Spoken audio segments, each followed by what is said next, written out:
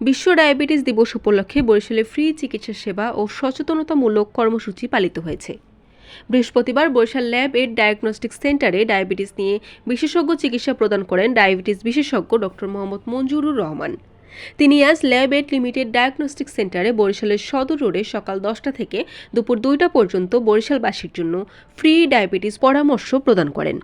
বিশ্ব ডায়াবেটিস দিবস উপলক্ষে আজকে আমরা ফ্রি ক্যাম্পেইনের ব্যবস্থা করেছি ল্যাবেডের পক্ষ থেকে।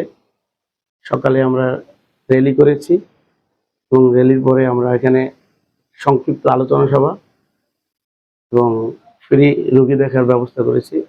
এই বছর বিশ্ব ডায়াবেটিস দিবসের মূল প্রতিপাদ্য ডায়াবেটিস এবং সুস্থতা।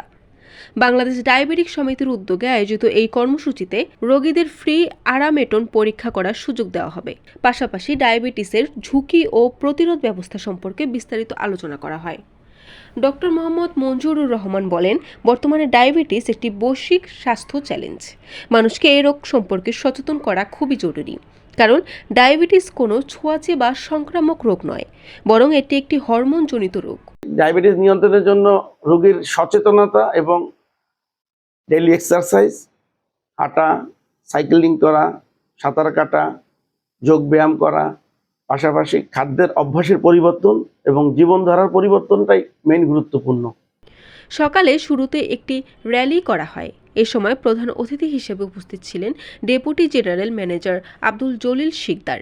এছাড়া মার্কেটিং এক্সিকিউটিভ লুনা আক্তার ও কাউসার অনিমেষ এই উদ্যোগে সহায়তা করেছেন।